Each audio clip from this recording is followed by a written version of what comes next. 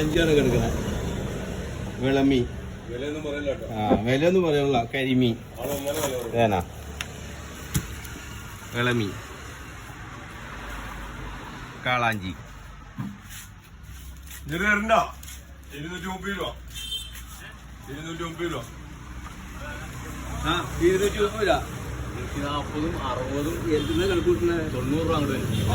പഴക്കം എടുക്കുന്നത് 90 രൂപ.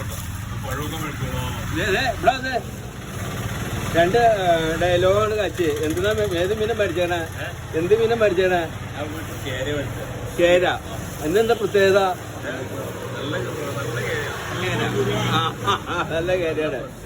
എവിടെ ഈ കേര ഈ കട പേരെന്താ കടയുടെ